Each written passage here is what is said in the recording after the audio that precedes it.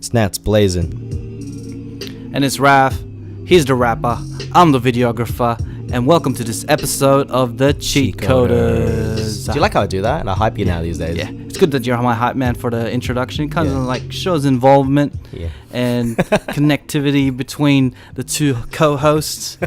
But, you know, we've discussed this before, that you're the A mic and I'm the B mic. Well, not really these days. I think it's quite balanced now. Yeah? Yeah. I think we're evening it up, the playing field, leveling up. We're kind of like Hamish and Andy. Yeah. they're both A's. You know?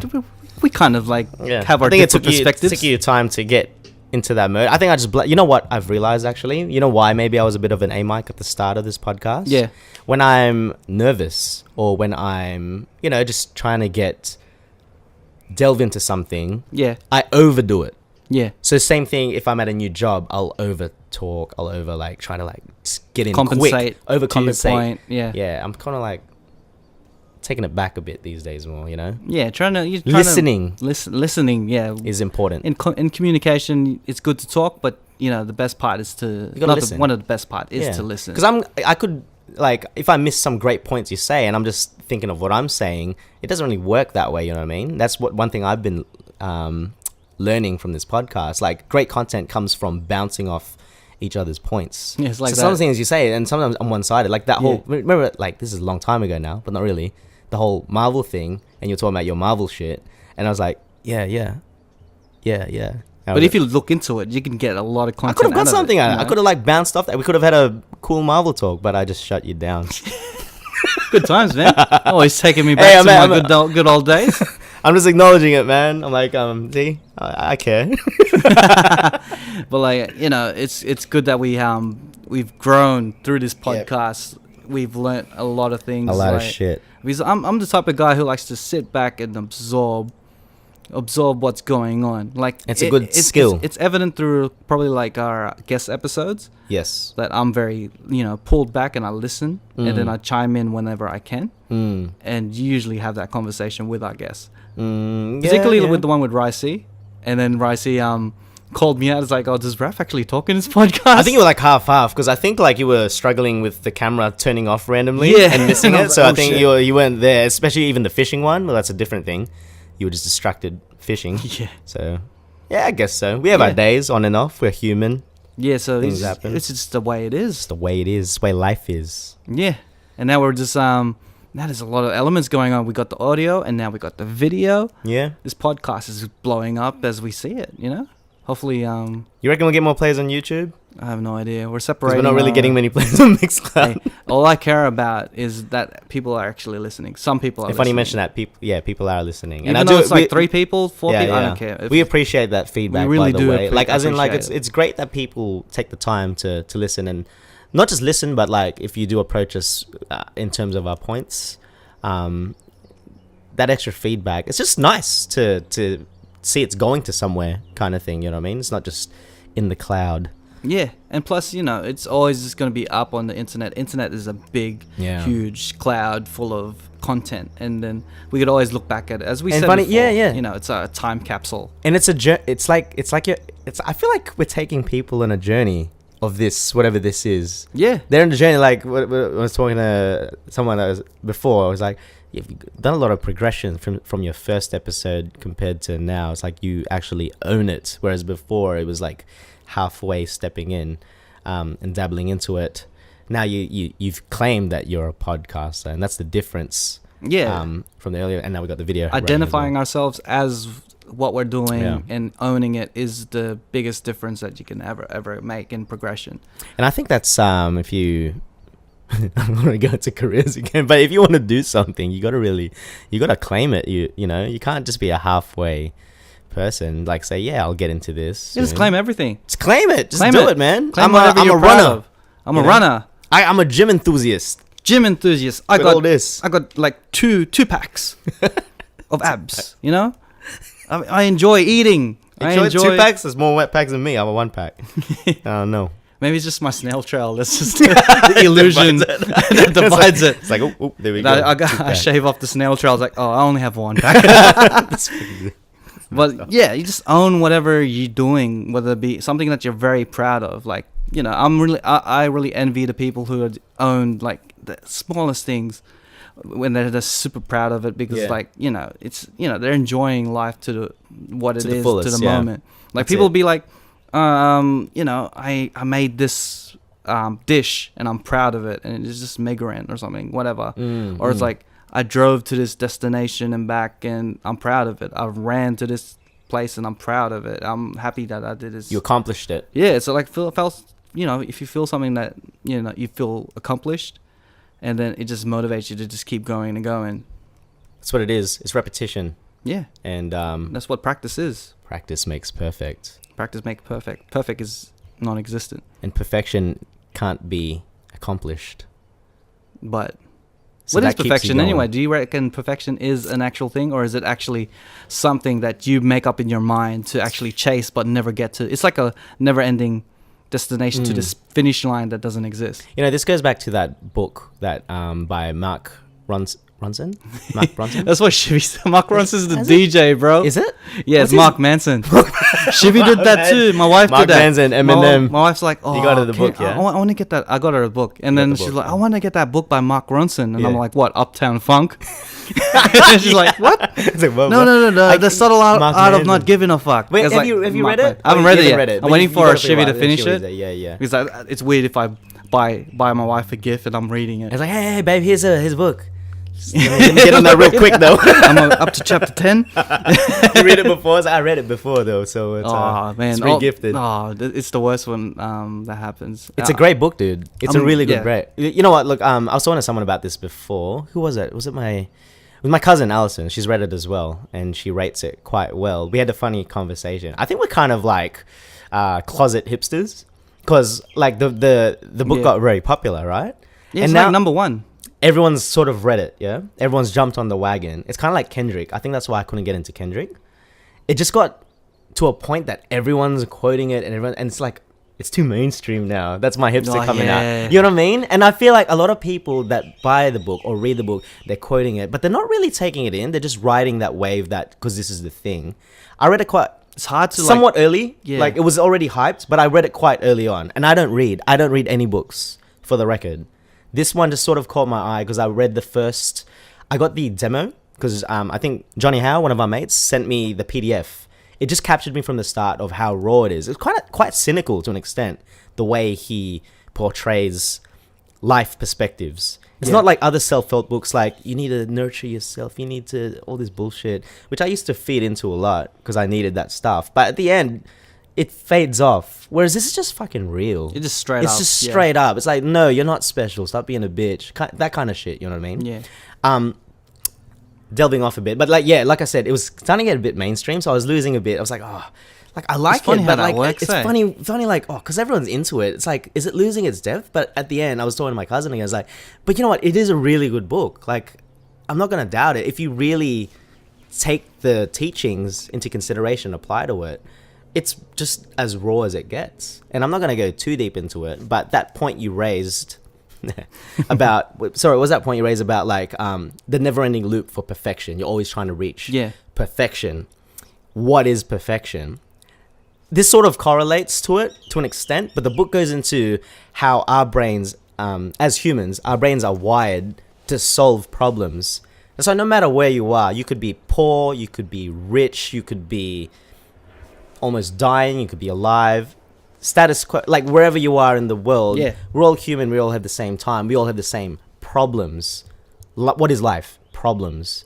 Whether they're good or bad problems. The book really goes into like, some people have good problems, some people have bad problems. Everyone has money problems.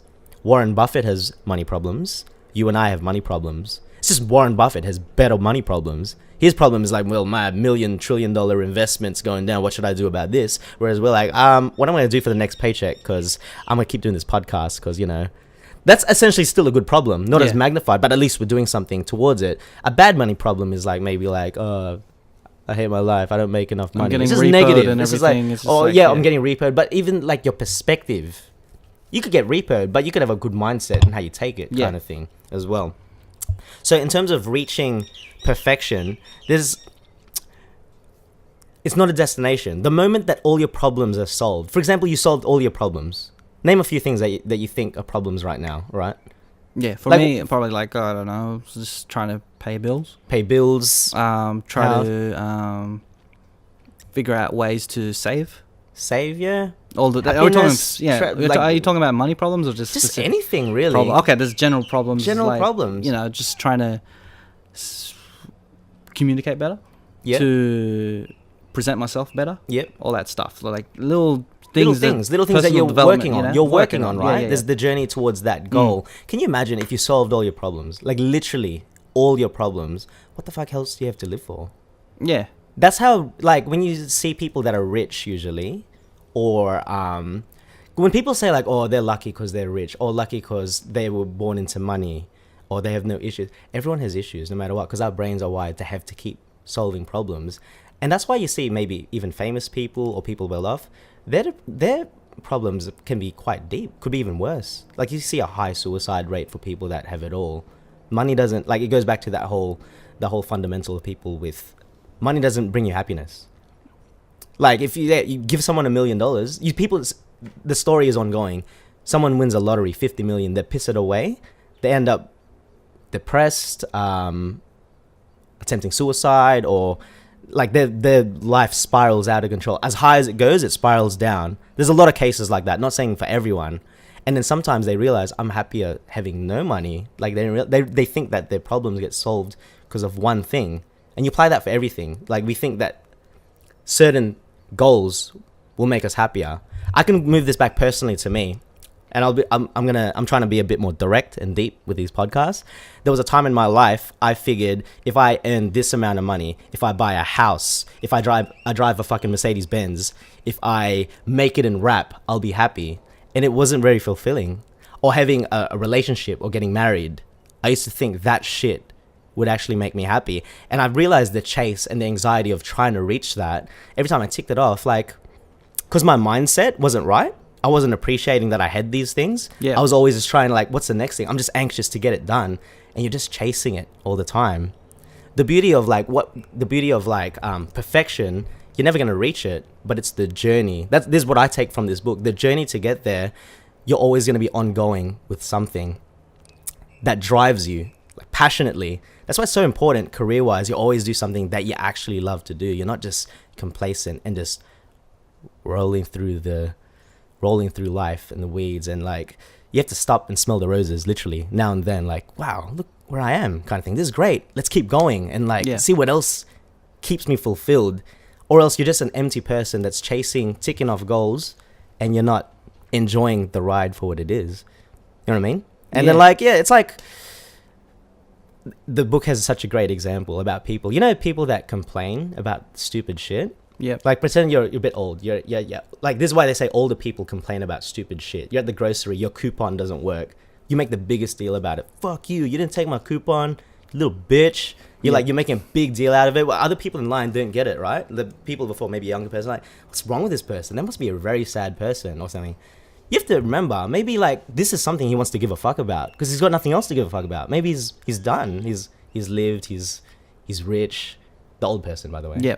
So, of course, he's got nothing better to do than give a fuck about his coupon, you know what I mean? And that's just the way life goes. Yeah, you find passion out of, it's like, anything, like everything. Give an F about things that matter. And that's what this book, like, this is what I took from the book. I have to read it another 3 times because I don't consume information as well because I don't read.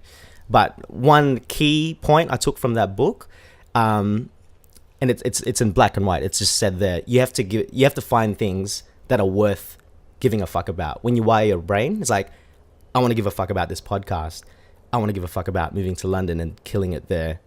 I don't want to give a fuck about being depressed or seeing or just dwelling in the past, things you've lost. You can list a bunch of things.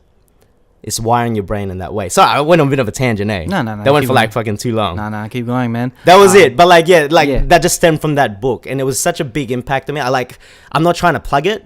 We're not getting paid by Mark Manson. I'm just saying it's a good book.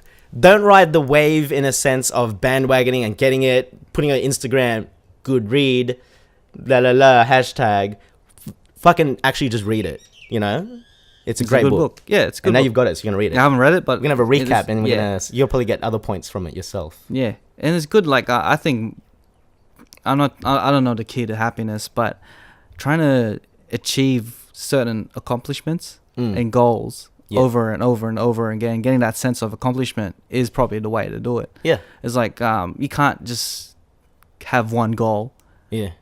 And then just reach it, and then be like, "What now?" You know? Yeah, that's really what's next. What's next? I think a good way to do it is just set yourself an impossible goal, and just chase that shit. Yeah, I don't know about impossible because then you're just going. Everyone's chasing perfection. Yeah. And then that's like a finish line that no one's ever reached.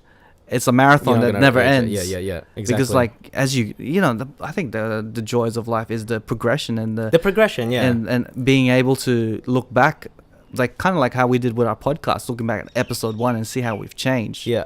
And then you find yourself like, yeah, I've actually changed. I've actually became a better person, a better podcaster.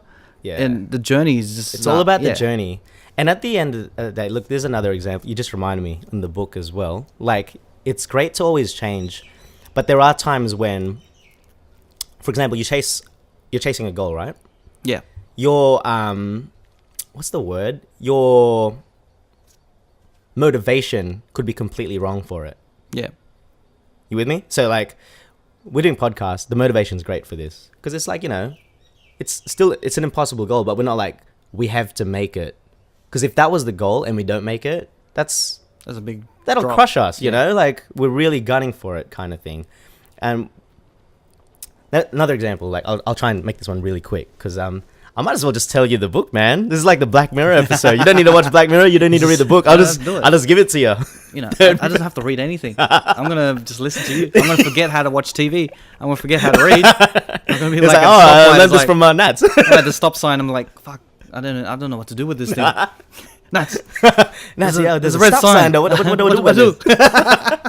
Now I'll make it really quick. Sorry, like I know I get into things way too much. Small example. There was a band, right?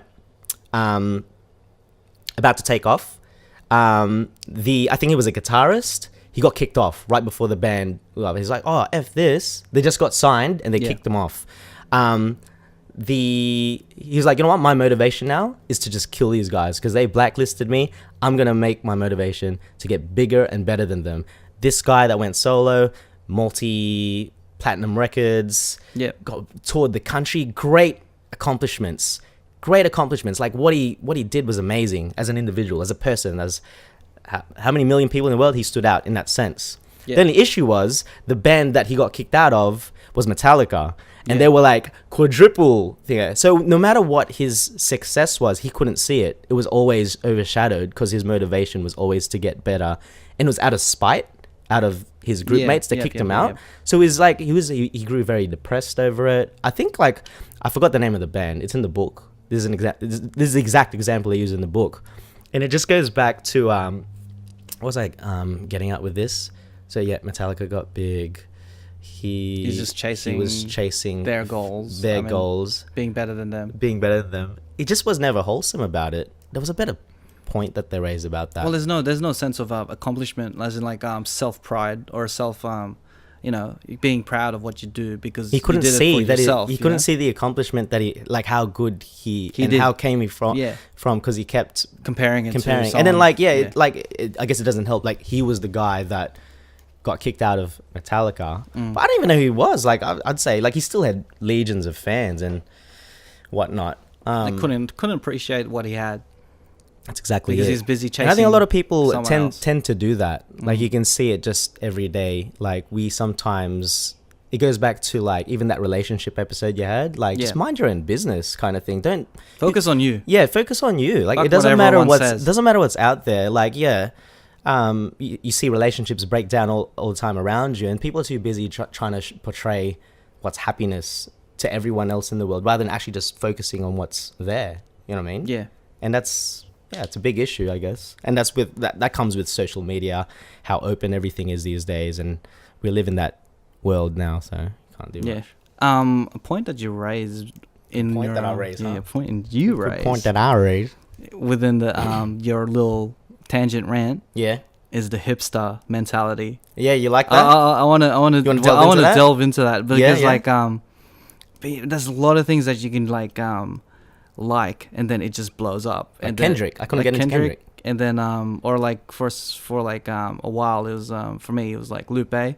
Yeah, it was very underground type of thing, and then he blew up doing mainstream like stuff. Then it's like, whoa, this is crazy. Everyone's starting to like Kendrick. I don't know if I should. I'm not Kendrick. I'm Lupe. Maybe I should stop liking. It's that mentality of ownership, you know? It's like it's not special anymore. It used to be your thing because you like it. It's everyone's thing. You have to share it with everyone. But because you like the craft before it became, so you really genuinely understand it. Because that's when you get bandwagon people and people just jumping onto something because it's the it thing. It's just like it goes back to the social media days and craze. People just do things because they just want that validation that I'm with it too kind of thing. And that's what happened for me with Kendrick. Like there was a point like, you know what, I'm gonna start getting into it.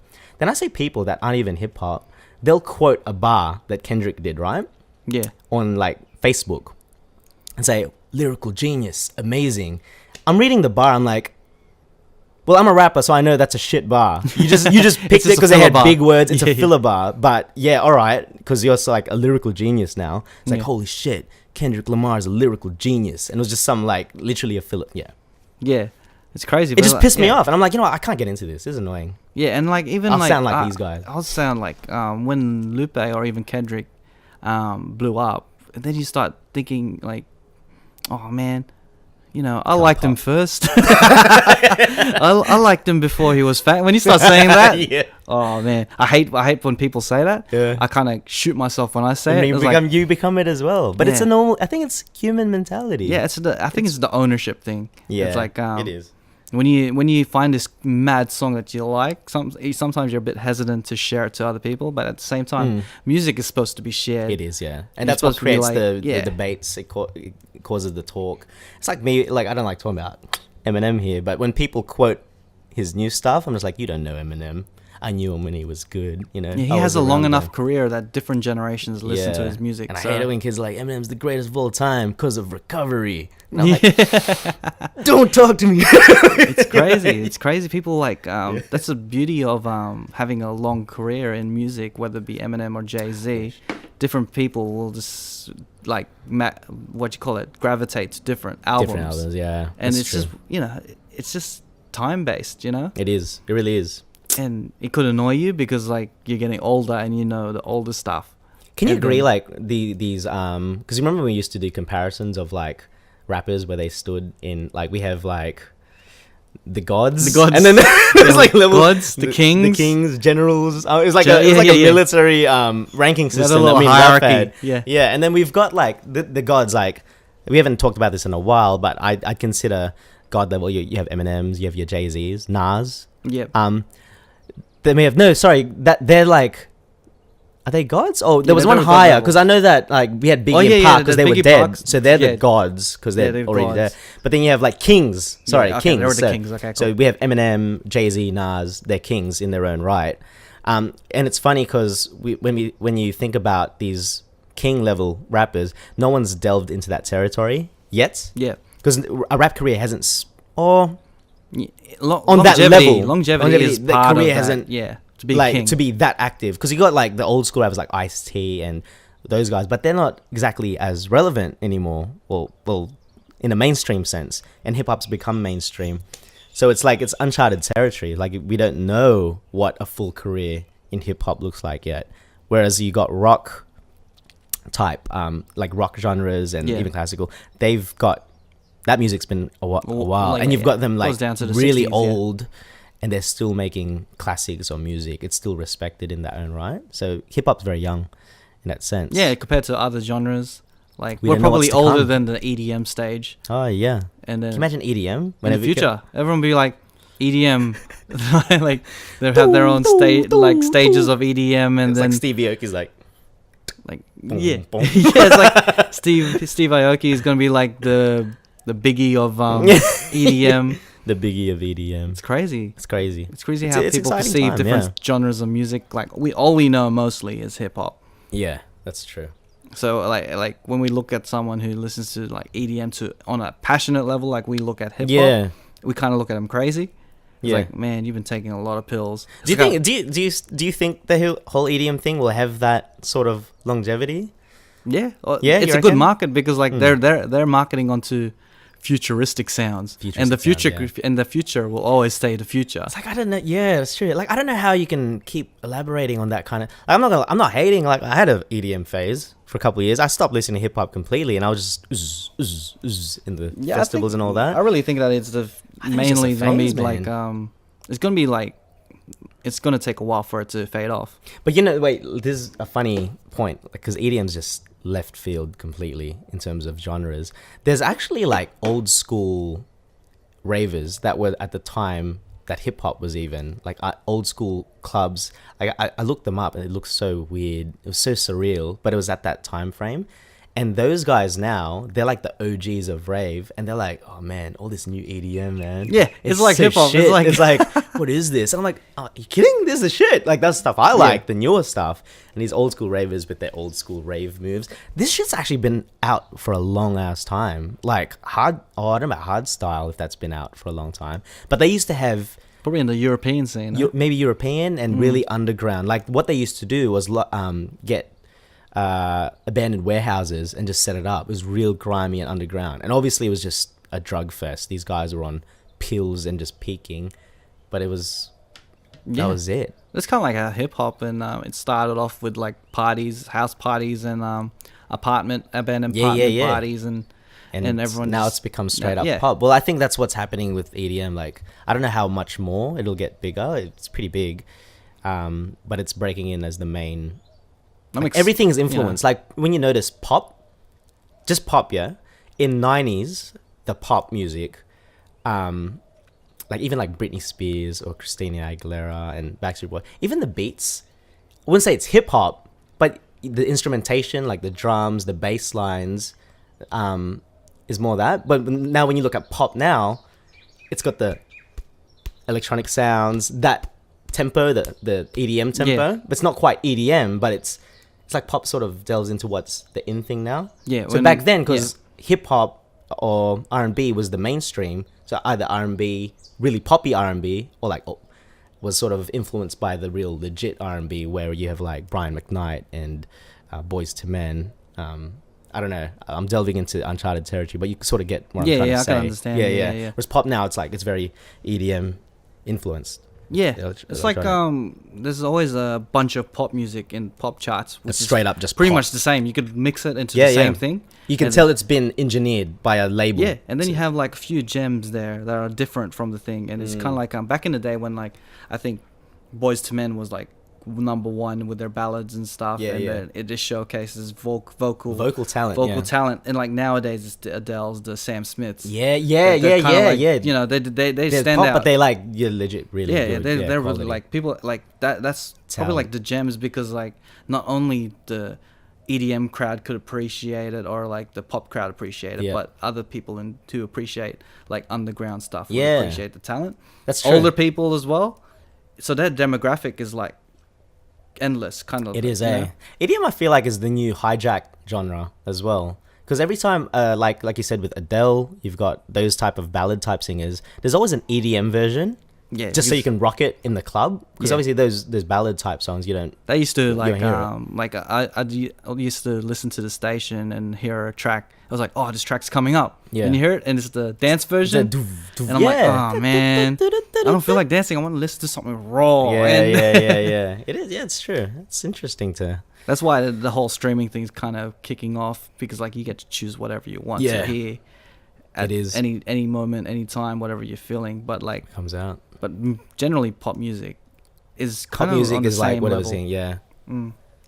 That's whatever's true, in. It'll change in 10 years. 10 years. Yeah. Whatever's the in thing, then pop's gonna be like sort of a sub of. Yeah, it was like there was a time where punk rock was a pop thing. Oh, 100%. Yeah, absolutely. Yeah. And then you had the Simple Plans and the Yellow Cards and the all that stuff. And all that. Offspring. Yeah. But that generated from like the raw version of punk. So you're always gonna have like the hipsters going back. There's always gonna be the hipsters. Are like, oh yeah. No, you know what was a jack off punk crew? Jack off. Jack off my music. jacking the music. That was bad. That was bad. Wait, was it Fall Out Boy? There was another one. There's guys that they were so basic. Well, it was Simple Plan.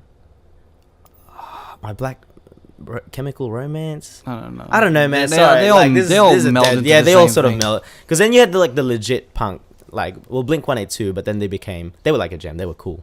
Yeah, and then they're like kind of like the first to do it, eh? Yeah, I'd say so. It's a long time ago. They're the first to do it mainstream, and then that's when they get all these little clones and stuff. Yeah, Simple Plan and all that. Yeah. Fall Out Boy. I like Fall Out Boy back then. Yeah, that's it. That's pretty cool. Yeah, it's just I think the hipster mentality. I mean, the hipster mentality of like, oh, it's only good when it's only when I know about it or a little group. And you know what's the funny thing? I hate that. Yeah, but like I hate on people. It's always gonna be there. Such a hipster. But then you think like, to an extent, everyone's a bit of a hipster, eh? Yeah, everyone. It's not like you're gonna find out about because like you get people will find out about an artist in different parts of their careers. So whether it be like for Kanye thing, like some people be like, oh, I remember his college dropout days, and then people they'll be proud of that. They'll be proud of that, and then you're gonna get a new bunch of hipsters be like, I know the 808 and 808 Heartbreaks like, days, you know. Yeah, it's like it all depends on where you started. It's all time stamped, really. It's more about eras where you are. It's not about the artist. Because the artist is going to evolve. Yeah, no matter what you do, it's going to have to evolve. Needs to evolve, to adapt, to have that longevity. So we're all time stamped. And then with that longevity and that change in their style, there's going to be different type of hipsters coming in. Yeah. I don't know if hipsters is the right word, but like, you know, we get it. The way we explain it, it's how it is. But yeah, it's always going to be there no matter what. It's not going to leave. I don't think it's going to leave. It's not going to leave. No, it's been like this. It's not even music. It's not even music in movies, in clothes, fashion. Yeah, there's always going to be a group of people that's going to be like, I liked it when it was in, when it wasn't in, dude. And now it's all over the place. Speaking about clothes, you know what's coming back? What is? You know those Adidas pants? They go. Are they really the Magic Mike pants? I saw on Glue. They're selling because I noticed on Instagram they're starting to. A lot of girls are starting to wear them, and like I don't know if one of my mates was just sharing it just for kicks, but I've been seeing it a lot more. And then I went to Glue the other day, and they're selling them. So I'm like, I guarantee you, give it a month, I'm not gonna be here anymore. Everyone's gonna be wearing those. But what are they gonna wear underneath, like shorts? What did we wear before? Your underpants, and then if you got decked, you got decked. That's the part of the risk, bro. You know, I'm trying to find. I had I had Adidas Originals ones. Mine didn't buckle off here, so it'd just be like, and it'd just be like a slit. When did wearing gym clothes out became the whole thing? Like when the whole activewear thing. Yeah, came when did that come? When did that come? Oh, when did that? Well, a couple of years ago. It wasn't too long ago. Like everyone's wearing activewear, and they're not going to the gym. Yeah, that's what I mean. And then I'm guilty of it too. I do it too. I think I'm stuck in the 90s because I wear like basketball jerseys out. Yeah, okay, yeah. I thought you were wearing your Air Force Ones today. No. Yeah, you are a bit stuck in the 90s. Yeah. Yeah, actually, like that's a perfect example of just a trend because fitness was the big thing. Then you got people like, I'd gym, but you're just wearing the active wear and just go shopping. And you're not really. And I think that's branching off to the whole like the removable button pants type of thing. I don't know where that came from. I don't know how that sort of came full swing back. There was like there's a whole I think it's just easier just to take off. But I don't think they're using it for gym, bro. I think people are just wearing like it's in Glue. Glue's a fashion store. You don't go to Glue for activewear. That's a very expensive gym setup. I mean, expensive outfit just to go to gym. Yeah, but fashion's always going to find something that's that a feature that is supposed to be accessible and easy to make your life easier and turn it into a fashion statement. Yeah, that's true. Like scarves supposed to make your neck warm. You know, that's their purpose. And then it turns into fashion. Hats. You're supposed to wear hats. Yeah, you're supposed to wear them as to protect your face from the sun. People wear it backwards as a fashion statement. You know, there's always. Well, I'm trying to bring back trucker hats back. Yeah. Nah, that was a phase, eh? That was a phase. Yeah, I remember when we had that phase before. No, that's ridiculous. I was gonna say something, I forgot. I think rule of thumb for fashion is don't throw away your old stuff because dude, I'm so cut, give it another 10 years, it'll come back. Dude, I'm so cut. I literally had those Adidas Originals, blue ones, like same ones I have now, but they were the. And you know what? Oh, you're gonna laugh. I was at General Pants Co. the other day. General Pants, is that how you say it? Yeah, General Pants Co. yeah. GP, I guess. Yeah, I think the original name is General Pants Co. But it's GP now. But everyone just calls it GP or General Pants. Yeah. I think it depends on your age. I still call it General Pants. Yeah. I think when you're cooler, yeah, you call it GP. GP, all right. I guess I ain't that cool then. But I was at GP a couple of weeks back. I think this was before the end of the year. No, you're old cool, so you call it GPC. GPC. What's GPC? General Pants Co. You know what I'm saying? Or GP Co. I'm not kidding. There's a section there. I don't think it's called the hipster section. But literally, it's selling clothes that actually look used. Like, I thought I was at a thrift shop. Yeah. But it's at GP. And I think they were used. Like, it was like, you know when you get track pants and it's got that fluff that makes it look old? And you can remove it, but it's like, it's very fuzzy. Yeah. They were selling that. It's like, is this fucking used? It's a new style. That's what I mean. What the hell? Like faded jeans. Faded jeans, like ripped shirts, but it doesn't even look like clean ripped, like intentional. It looks like it's been through, like, I wonder what they do in the factories. I don't know how they do in the factories. They make it. Then after that, they have a separate factory where people just wear it like bums, and they just walking around for like 2 weeks. They do those runs, but they go to next factory. You know those guys that run, and then they go on the carpet, like how we used to do, and then you like graze your knees. And then after that, they just get some shoes. They start stepping on it. Yeah, it's the new style. Dude, look, no joke. People in Sydney or wherever General Pants is these days, go to your GP. There's a section there, and I swear to God, and they sell for like these shirts. No joke, they're like $50 to $80.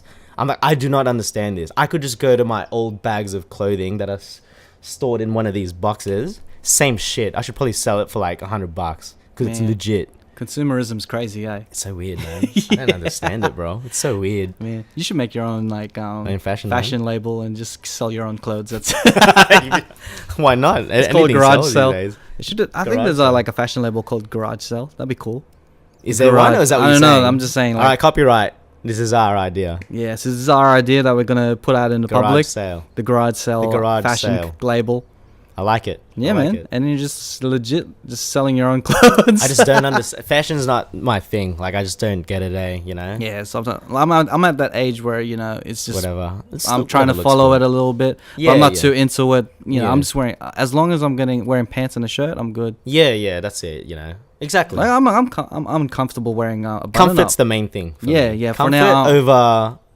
looks wise, but I try a lot more these days. You know what? Like, it's a good point that you raised. I'm getting so old.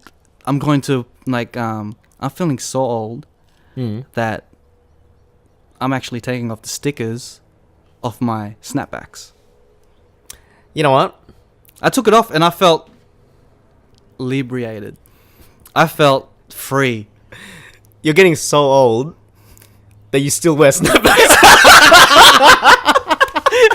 Get on it, man. Get a dad hat. No. I'm sticking to the past. But this is a different snapback because the stickers have been ripped off. And you know what's the funny thing? I've worn that snapback so much that it has a sticker tan. It's got different shades let me guess. What is it? Michelin Ness? What up, bro? Are you 2010 or what? Nah, man. I'll stick to the past, bro. I don't know. When you get older, you don't evolve in your fashion taste. You just stick to what you know. Yeah. Eventually it'll come back to eventually it becomes trendy and then everyone will look at you and be like, oh, this guy's trying to be cool. Yeah. And it's like, nah, man, I've been wearing this for 10 years. I wore this before it was cool. Hey, this is funny you mentioned this as well. This is actually a really good point because I was talking to the boys about this as well. Oh, the way I said it was a lot better. I might not come off better vocally, but you know how this is a trucker hat, but dad hats. Why were they called dad hats? Because dads wear them. Yeah, later on, right, when we started wearing fat hats came first. Suddenly, dad hats became dad hats because dads were wearing them because they were uncool.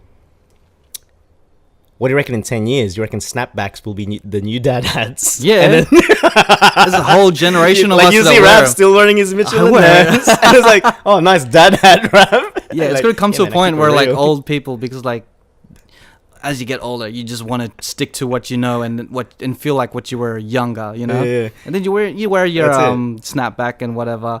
And then... Because I got a feeling, like, since we're getting into, like, these curved hats a bit more, a lot of dads are going to start wearing the old snap. Because, you know, kids are like, oh, I don't wear it anymore. And then dads always wear the leftovers. Because that's how dad hats happen. Yeah. Because I reckon dads didn't go out to intentionally buy these hats. They're just like, oh, what's in the house? Yeah, give me that. Yeah, and then, and it became it became that thing, the dad hat. If we can change, like, if we unite and change, we can change a generation's fashion sense. If all the parents wear wear snapbacks, kids they're not starting to do. They're gonna wear something else. They do. They wear snapback. Like some of them are starting to. It's not happening, but I guarantee you, soon all these. Because it's gonna be so, it's lame, snapback kind of thing. My dad wears that. My dad wears that. Yeah, like, once the dads like get their hands on it, like, you don't wear this anymore. All right, I'm cool. This is the way it is, man. That's my prediction. It's not happening yet. I'm not trying to offend people that still wear snapbacks. You're still cool, bro. And I don't know, if you are my age, I just turned 30. Take the sticker off. You're gonna feel so free. Take the sticker. Take the stickers off. You're gonna have this like one clean batch. Like I want to start a movement, guys. No sticker snapbacks. No sticker tans. Sticker tan. Sticker tan snapbacks. Sticker tan. Okay. Sticker tan. So you're gonna be cut when like it comes back, and like these snapbacks from back in the day still have the sticker on. That's the link. You're gonna go to General Pants Co. Yeah. They're gonna have in that section. They're gonna have like these snapbacks with sticker tans. No stickers. Tan. They'll have the stickers on. No, they're gonna have no stickers. It's just gonna be a circle. This is like a circle and then like smudge everywhere. Yeah, yeah, that's the trend, and that's been engineered in their factory. Yeah, man. I felt so like I was like randomly looking at my hat, and then I was looking at the sticker, and I was like, man, I've been wearing that sticker for ages, for like 5 years or something. Took it off. Yeah, man, it was a good feeling. Has the tan blended yet? Or is it still? No, yeah, it's still there. It's defined. It's defined there. It's not gonna go. I don't know. It's gonna take another 5 years to balance it out. But like, and then after that, there's another sticker underneath. I took that off, and I just felt like a free person. I was like, man, because like if I did that 5 years ago, I would have lost it. I would have bought a new hat. What the hell are you doing, bro? I would have bought a new hat. I have two of the same hat, one with sticker, one with no sticker. You know what you should bring back, Raf? Do-rags. Do-rags. Can you imagine? Your next video shoot, no hat, just the do-rag. Just the do-rag, no with hat. A sticker. From your Mitchell and Ness hat with the sticker on. Oh, man. Well, yeah, do-rags. I don't know if I could bring that back. Like, that should be kept dead in the past. Yeah. But I gotta say, like, those pants, whatever you call them, I don't mind them. I like those pants. Bit breathable. Like, I love wearing shorts. I don't know if you noticed this about me. Is there a new Magic Mike movie coming out? Magic Mike? I don't know. Because that'd be a great way to market it with those type of pants. Yeah, badly. I just like the breathability because in winter I like to wear shorts. Yeah, it's good. I'm gonna try and find those. I think I still got them somewhere. Yeah, like I think when you get older, you look for stuff that is comfortable and helpful with your health and comfortability. With your health. Like you got this phase of like this North Face thing. Yeah. And they're mountain. It's a mountain brand. And then all their stuff is a bit more durable. Some stuff would probably be not waterproof, but water resistant. Yeah. But you know what? That's the whole hipster thing again with North Face becoming all. Like I'll admit it. I was more into the Kathmandu. Like I was into hiking clothes before it became a thing. Like I was just into it because I like that shit. But now with North Face becoming all mainstream and like rappers wearing it,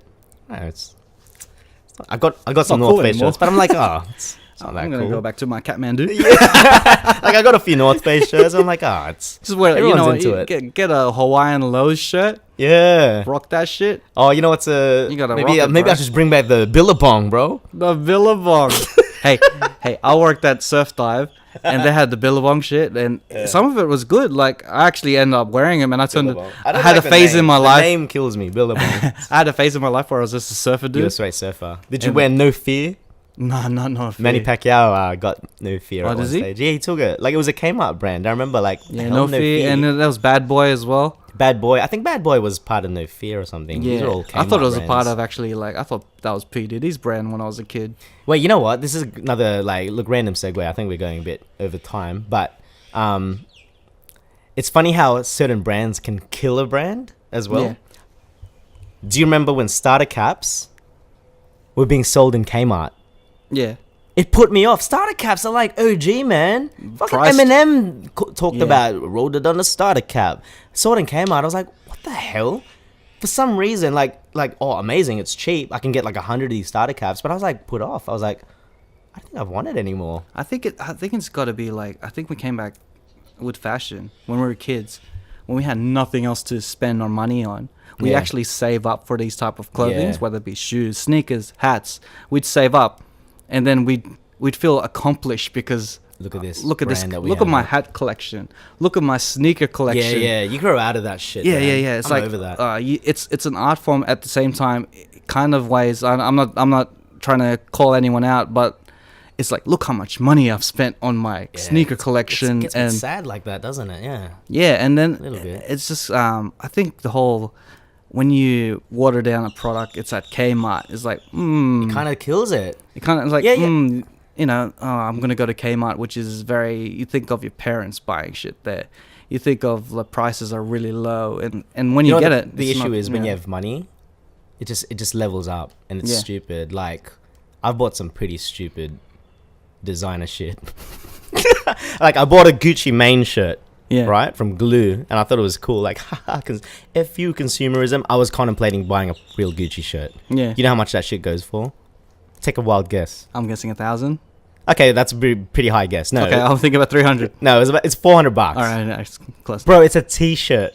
Yeah. A t-shirt, man. But it's all the branding, and it's the same thing with you remember, like, I've got one. There's Thrasher shirts. I've got a shirt. It's I like it, and I like Thrasher when it was cool. I even had the video game on PlayStation 1, but Thrasher was not worth that much back then. Now that it's all over GP, look at the price point. It's like it's hipsterized kind of thing. It's $50 like, for a shirt. It just depends on where you get $60, it. $60, sorry. Yeah, exactly. It's like, just like you never know. You might find what's a good branding, brand? Supreme. You find Supreme in Kmart. Imagine it hits Kmart. It's it. Game over. It's they're just trying to bank on the last run. Like, let's get some more. It's just crazy. And then imagine you see like Mambo. Mambo went to Mambo, whatever. You find that in Kmart and Big W and stuff. Imagine that goes back to, I don't know, hip hop. You know why Supreme's very smart? Like Culture Kings or something like that. Yeah. Imagine you find that, and then you find Mambo there. It's like, oh, this is cool shit. Yeah. You spent $100 on it. You gotta, like, these brands. You gotta be smart. It's business at the end. It's like with anything. Like, how you brand yourself is very important. You lower your brand if you affiliate with certain things. Yeah. But like with Supreme, like, I just always thought it was a street brand. Like, I didn't really know it was that a big deal. Like, I'm not really into the fashion thing. It's not my thing. It's not the place I'm at. But when Supreme collabed with Louis Vuitton, I was like, what the fuck? You know what I mean? That was up. I felt like that helped Supreme. It raised Supreme for me, because I don't know. Like, I know Louis Vuitton. I didn't know Supreme as well. I'm like, this is a big deal. No wonder they're pricing their shit like $1,000 for a shirt. I didn't get it before, but now I'm like, okay, I get it. Yeah, like, man, that's how rare that shit is. I know when I used to watch. Used to seek out for sneakers. And get I went to the underground spots. You had to go through corners and alleyways to just you find had an it. addiction. You had a sneaker addiction. I remember that. Sneaker and hat addiction. Yeah, I don't even wear those sneakers. I just put them at home. It's like, when am I gonna wear these? If I got white shoes, that'd be perfect for just going out. But these shoes are just like, I don't know what to wear them with. If you became one of those dudes that had those glass cases in your room, I'd be like, hey, Raph, intervention. At this age, back then, like, it doesn't matter. If you like, I'm not dissing people. Like, that could be like, it's a passion. I'm not hating on anyone that has a passion. You know, if that's your passion, that's great. Go at it, kind of thing. You can laugh at us about our rap edition. Like, yeah, exactly. Like, laugh at us about this podcast. Like, that's our thing. But it goes back to the whole race thing. Like, just, it's cool. Just keep it light. Who cares? Some people don't like certain things. Whatevs. I think it's silly, but you could probably think this is silly. So whatever. Yeah, everyone has a different taste. Everyone has their thing. As long as you're passionate about it, do you? It's yours. All right. Since if we have your bedroom looks like a Foot Locker, you know what? I don't know what you're doing with your life, but, like, do you, man? Yeah, man. That's crazy. I remember when I used to, like, try to make my bedroom the back room of a Foot Locker. Like, I'd stack the boxes up, I stack up in size, depending on my mood, and then I put the shoe on top. Oh, yeah, you one of those? I think I tried that for a bit. I didn't have enough room in my room. It wasn't the pair, it was the left shoe. Just, keep the other one inside. Keep the other one inside. And the worst thing was, like, like, if I wanted to wear that shoe, I have to, like, pull it out. It's the worst. It's so silly. Things you do when you're younger. Yeah, you get to an age, you stop caring, eh? Yeah, man. Now I'm shopping at Cotton On. $10 shirts. I seek out the sales. I still have a bit of a standard, you know. I still gotta try and. Sometimes when I want to spoil myself, it's like, oh, it's my birthday. I'll buy myself a shirt, like, like a more expensive shirt. You know? I used to buy a shirt. I'll move up to Tarot Cash, but I'll still be in the sales section. Yeah, ASOS, dude, killed ASOS, it online. Man. ASOS and Iconic. Man, I'm so out of touch with the fashion now. It's just like, you know what, my sense of fashion, like I didn't have this this before. It really helped. Shout out to my workmates. Well, my workmate Kathy, who works in my old employer. She was some people have an eye for clothing. It became like, I remember before it was all about like what kind of brand. I'd wear shit and it was like, it just didn't go. It's like an art form in itself, getting the right combination. There was a phase when like, it was after I broke up with my ex, and then like I started coming out again, and you'd always compliment me like, "Hey man, you looking good, bro." Yeah, man. I was like, "Thanks, Raph." I'm like, I know we used to get compliments. Bro. I was like, man, fuck, I'm dressed pretty alright. Yeah. I was getting the same compliments. Hey, you look good today. I'm like, thanks. Yeah. And it wasn't about the brand or how expensive. It was just the combination. Like, there's more to it. I didn't realize before. It was like shirt, pants, I'm good. But the coloration, the type of shoe, I'm not a pro yet. Different type of fit of pants. The fit, what jacket goes with what, you know what I mean? It's all levels. Yeah, it's great. And like, I'm learning. I got a few mates that I consult with about this thing. But, you know, I always say, you know, we didn't give a fuck. I slept in this. Yeah. That's kind of like my stage now. It's like, who am I impressing? I'm married already. but it's not like you like dress terribly. Like people that don't care, like literally, I was that. I was wearing this out. I remember when you used to wear a brown circle shirt out for like 5 years. 5 years with these. Yeah, I didn't care. But now I look like a cartoon character. Yeah. But you still care. Like you said, you'll be like, yeah, I was a cartoon character. You look like a cartoon character now and then. Yeah. But, you know, you still spoil yourself. You're like, I'm going to buy a nice shirt today. I feel like being good. Yeah. That farewell we had, you had your party shirt, your 30 shirt. Yeah. Raph had like, it still had the barcode. I'm like, oh, you got a party shirt going. You know, I was going to wear it out because, like, you know, the whole thing with the hat with the sticker on it, I thought it was a new fashion statement. Keep the tag. Keep the tag. That's hilarious. Well, yeah, that's funny. That's cool. Yeah, that's crazy, man. All right, let's end it right there. I think that's it. Yeah. All right, my final message: when you get what you call it, your little snapback, rip the sticker off, man. It's not a thing. Rip a sticker off, you'll feel so liberated. Maybe it's me being like, fuck the system. I am free. I got a feeling he's gonna regret it later when like hats on eBay with the sticker on are selling for $1,000. 10 years like no. It's like with the whole figurines rip, in the package. If you open the box, you lose. You messed up, bro. I'm just gonna. I've been wearing it for like 10 years, man. You know what? I don't get either or. Like in 10 years, if the sticker thing isn't still on, I'll just take the sticker off. I'm still in the same boat, so all good. Man. It's just sell it. Sticker still on. You can take the sticker off in this day and age. or you know what? You know what they should do though? What? Maybe everyone's so into this whole snapback with a sticker thing, they should sell it separately. Snapback, choose your own sticker. Dumb. Can we end this? All right. Cheatcoders. Mixcloud.com/. You threw me off so bad with your sticker talk. I'm on Nats Blazing. He's on Mr. Raph Flores. Instagram, Facebook, everything. YouTube now. Like. YouTube or either Facebook. We don't know where we're going to put this. Yeah, either or. But share it, yeah? Because share it, like, subscribe. And where can they find you? Oh, we already done that. All right, here's the rapper. I'm the videographer. And this has been an episode of the Cheatcoders. Take off your sticker, guys. Hashtag sticker tan. It's not a thing. It's going to be a thing, bro. It's going to be a thing.